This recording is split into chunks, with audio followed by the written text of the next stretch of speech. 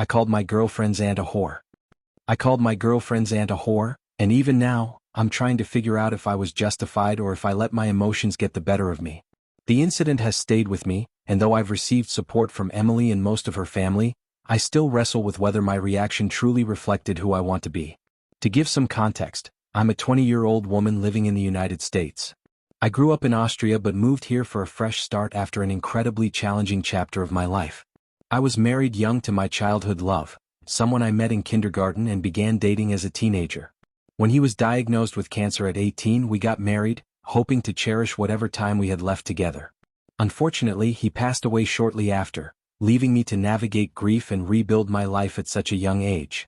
Moving to the US was part of that healing process, a way to focus on my studies, find myself, and move forward while honoring his memory.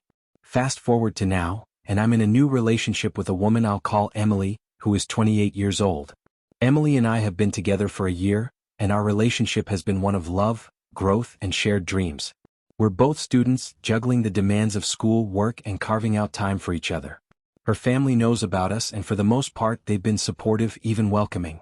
The one glaring exception is Emily's aunt, who seems to have made it her mission to undermine our relationship and cause unnecessary drama. Emily's aunt is a self-proclaimed traditionalist.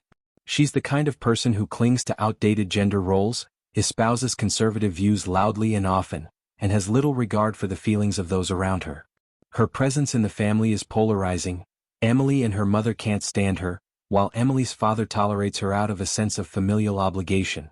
She's notorious for making unannounced visits and stirring up conflict with her blunt and often inappropriate comments.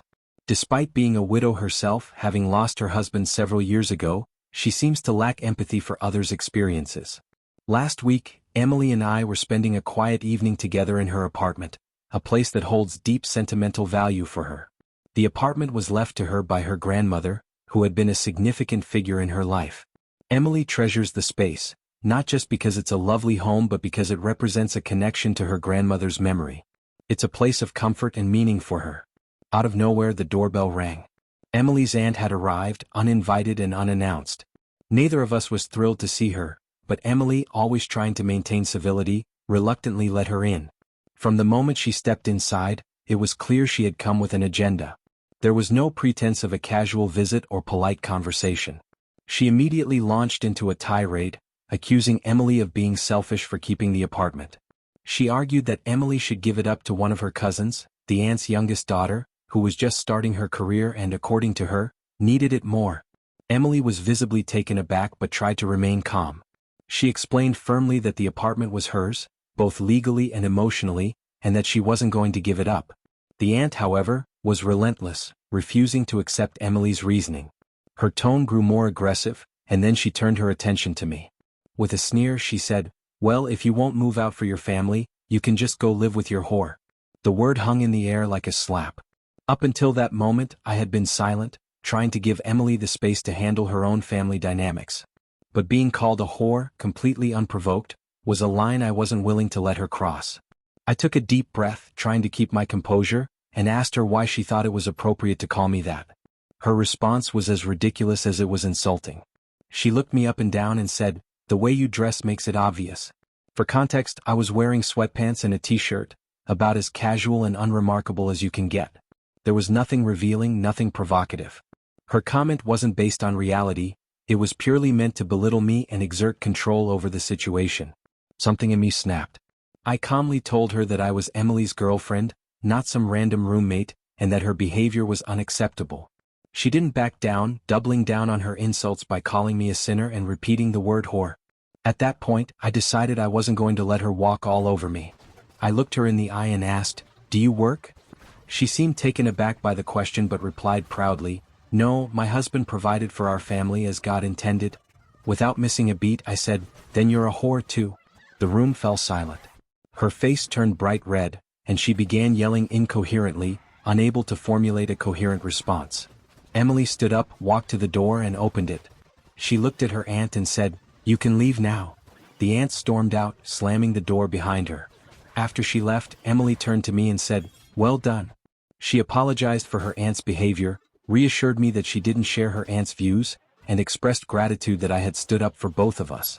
While her support meant a lot, I couldn't help but feel conflicted about how I had handled the situation.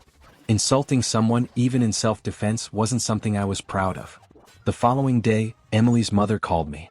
I braced myself for more drama but was surprised when she thanked me. She said the family had been dealing with the aunt's behavior for years and that it was about time someone put her in her place. According to her, my response had even sparked a bit of a legend in the family group chat. Other family members reached out as well, sharing stories about the aunt's history of controlling, manipulative behavior. Even her soon-to-be ex-husband called me, thanking me for saying what many in the family had wanted to say for years. Despite the overwhelming support, I couldn't shake the feeling that I had stooped to her level even briefly. Emily doesn't think I overreacted. She believes her aunt needed to hear the truth and feels our relationship is stronger because I stood up for us. Still, I've resolved to handle conflicts with more grace in the future. Insults might feel satisfying in the moment, but they don't reflect the person I strive to be. For now, Emily's aunt has gone radio silent, likely embarrassed and lying low. Emily and I have moved on, closer than ever, and if nothing else, this experience has reminded us of the importance of standing up for each other in our relationship. Moving forward, I've been reflecting on what this experience has taught me, not just about navigating conflicts but also about setting boundaries and maintaining my values. While it was empowering to stand up for myself and Emily, it also made me realize how easy it is to let emotions take over in the heat of the moment. That's not necessarily a bad thing, but I want to ensure that my actions align with who I truly am, even when faced with hostility. Emily and I have had long conversations about her aunt since the incident. She shared more about the aunt's past behavior, recounting instances where she'd overstepped boundaries with other family members.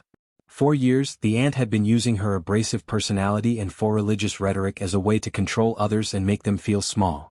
Emily admitted that she had often let her aunt's comments slide, partly out of a desire to avoid conflict and partly because she didn't feel it was worth the energy. However, she also said that seeing me stand up to her was eye-opening. It made her realize that tolerating such behavior wasn't the same as maintaining peace. It was enabling someone who thrived on making others feel inferior. Since the incident, the family dynamics have shifted noticeably. Emily's parents, particularly her mother, have started setting firmer boundaries with the aunt. Emily's father, who had long tolerated her behavior out of a sense of duty, has also begun pushing back. Even her cousins, who have largely been silent participants in their mother's antics, have distanced themselves. It's almost as if my confrontation with her was a catalyst for the family to re-evaluate how they've been dealing with her over the years. While I didn't intend to spark such a change, I'm glad to see Emily's family standing up for themselves and refusing to be manipulated further. Emily and I have continued to grow stronger as a couple. This incident, as unpleasant as it was, has brought us closer and reinforced the importance of mutual respect and support in our relationship. We've joked about how her aunt might describe me as a bad influence, but Emily insists that I'm the best thing to happen to her in years. That kind of validation means the world to me, especially given my past and the journey it took to rebuild my life after losing my husband. One unexpected outcome of this situation has been the bond I've formed with Emily's mother. She has been incredibly kind and supportive, calling me regularly to check in and thank me for standing by Emily. She told me stories about her own struggles with the aunt over the years and said that she felt a sense of relief when I finally said what no one else had dared to. Her encouragement has made me feel even more like part of the family, which is something I deeply value. As for the aunt, she has remained conspicuously quiet. From what I've heard through the family grapevine, she's still fuming about what happened but hasn't made any direct attempts to contact Emily or me. Her silence is a welcome change, though I can't help but wonder if and when she'll make another attempt to assert herself. If she does, I'm prepared to handle the situation differently. While I'll always stand up for myself and the people I care about, I want to approach future conflicts with more composure and tact. This isn't for her benefit but for my own sense of integrity. This experience has also taught me a valuable lesson about the importance of community. The support I've received from Emily, her family, and even people I barely know has been overwhelming and heartwarming. It's reminded me that difficult situations don't have to be faced alone and that standing up for what's right often inspires others to do the same. In the end, I'm grateful for where Emily and I are now. We've not only survived this ordeal but come out of it stronger and more united. We've talked about our future, about the life we want to build together, the challenges we'll face, and the love that will guide us through it all. If there's one thing this experience has made clear, it's that we're a team and together we can handle whatever life throws our way. To anyone else dealing with toxic family dynamics, my advice is this: know your worth, trust your instincts, and don't be afraid to stand up for yourself. But also, remember that how you respond reflects who you are, not the person causing the conflict.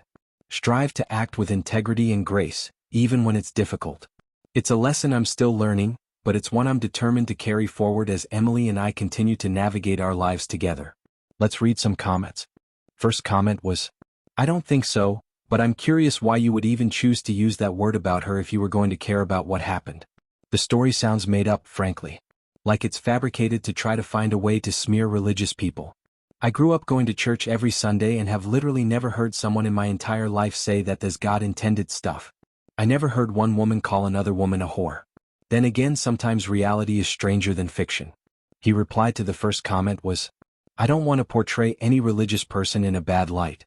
I've since heard that this isn't the first time she has acted this way. I am a religious person myself and I just feel sorry for her. It's sad that no one in her family stands up for her in any way. Second comment was, why would she demand that your girlfriend give her apartment to her daughter? Why is she welcome anywhere? Why does your girlfriend's father even tolerate her?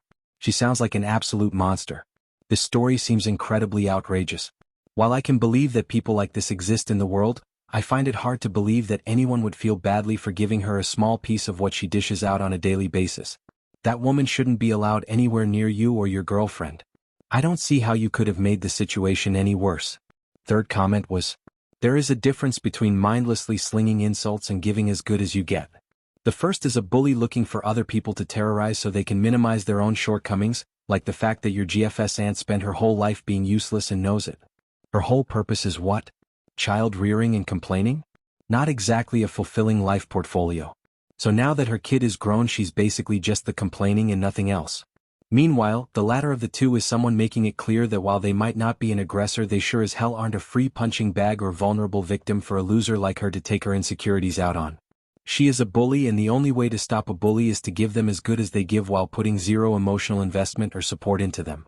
Comment section is over, and thank you for listening the story to the end. If you enjoy our videos, so don't forget to like, share and subscribe. Have a good day, and if you haven't subscribed yet, please do it and hit the notification bell icon to stay updated with more shocking real-life stories happening around you.